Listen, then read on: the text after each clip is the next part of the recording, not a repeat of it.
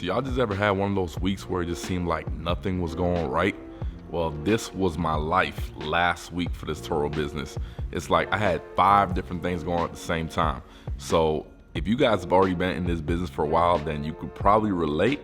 But if you're watching these videos as a research because you're trying to jump into the business, then maybe you can learn some things from my mistake or some of the things I've been going through this last week.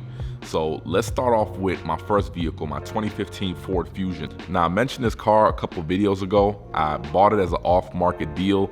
There was a guy who did a tow service for us, brought one of our cars back, and he told us he had some vehicles for sale. So we ended up buying the car for $3 grand. Now, I know that seems kind of cheap for a 2015 Ford Fusion with about 120-something thousand miles on it, but it was because the car had body damage and needed some work. So I actually had to put a good bit of work into this car, and I also had to paint the entire right side of the car. So I don't have all my numbers off the top of my head, but I'll add it somewhere here on the screen. Everything was ready. It was driving good. I registered. I got the insurance on it. I go to list it on Turo, and I broke one of my rules.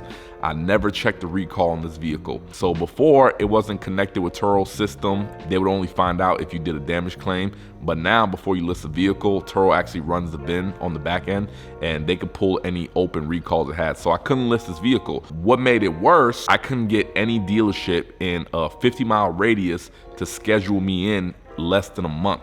But it could have been worse because last year I had a few vehicles that had recalls on them, and they really didn't have a fix for it. And mostly the Nissan Altimas had that issue with the hood latch. They didn't have a fix for a good while, so I actually had to sell all my Nissan Altimas. So definitely check the vehicles on NHTSA website for open recalls, or you could just enter in the VIN number in Turo as if you were listing the car, and Turo will pretty much let you know if the car got a recall or not.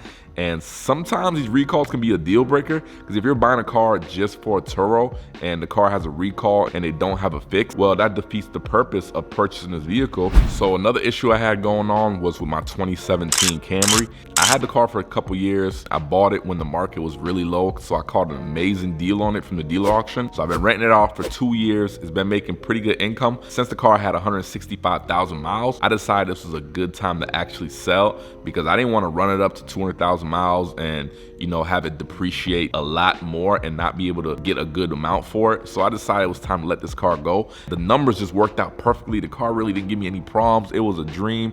Everybody loved it. It was consistent. I took it off Turo. I listed it online for sale.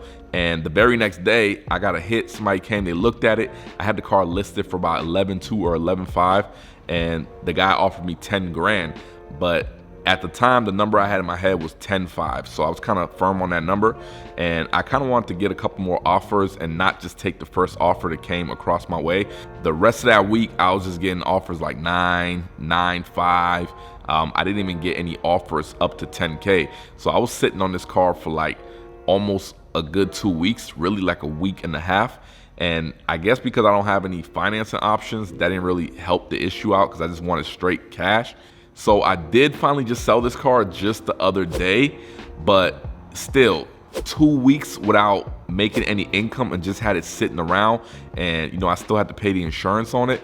I felt like, you know, for the extra $500, I should have just took the 10 grand and not really try to stress the issue. But at the end of the day, it was still a good ending because I still sold the car for 10 grand. The next thing I had going on was with my Chevy Malibu 2014.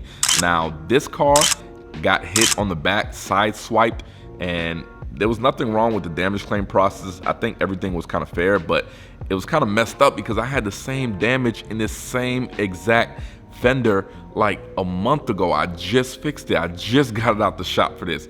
Now, you already know, if you're renting out these cheap cars and the utilization's high, that, you know, sooner or later you're gonna be having these damages. And especially if you've been watching my channel, I have a lot of videos on damage claims. But just for it to happen in the same spot that I just got fixed and just got painted was kind of annoying.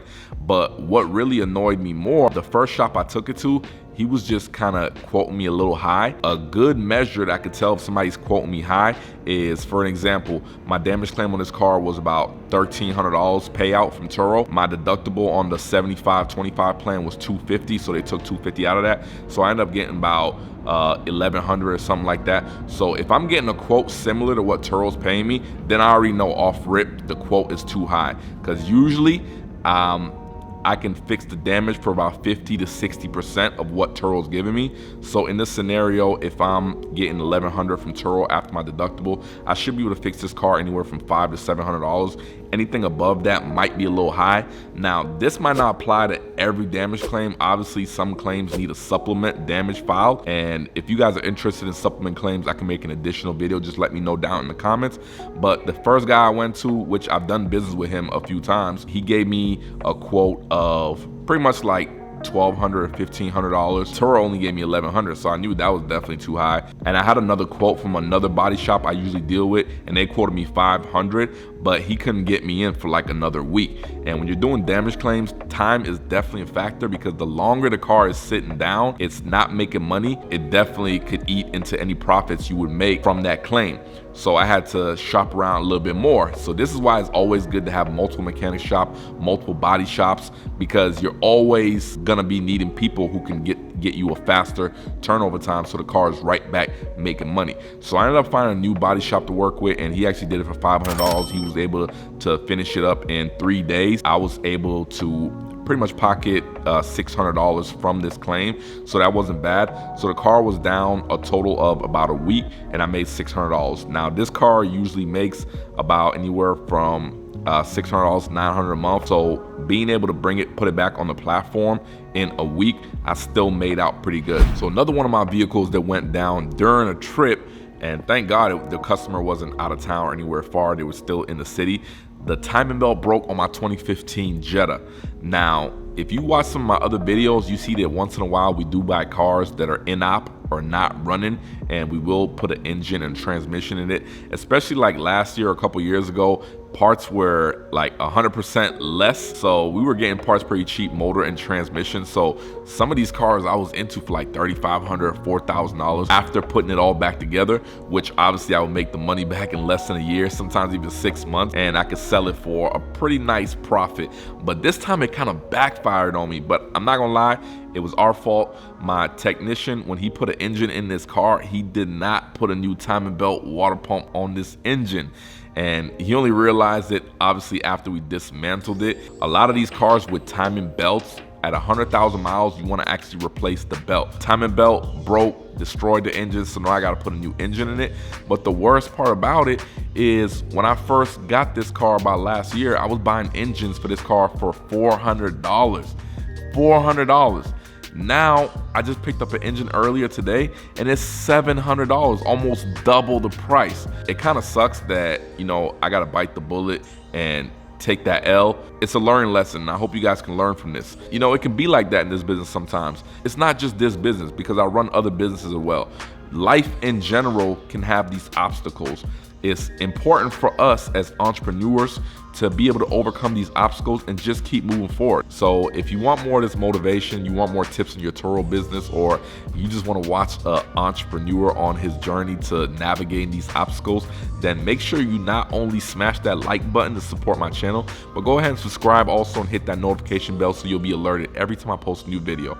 And I will catch you guys on the next time. And don't forget, if there's any videos you want to see in the future, go ahead and drop it down in the comments. So other than that, I will catch you guys in the next video. I appreciate you sharing some time with me.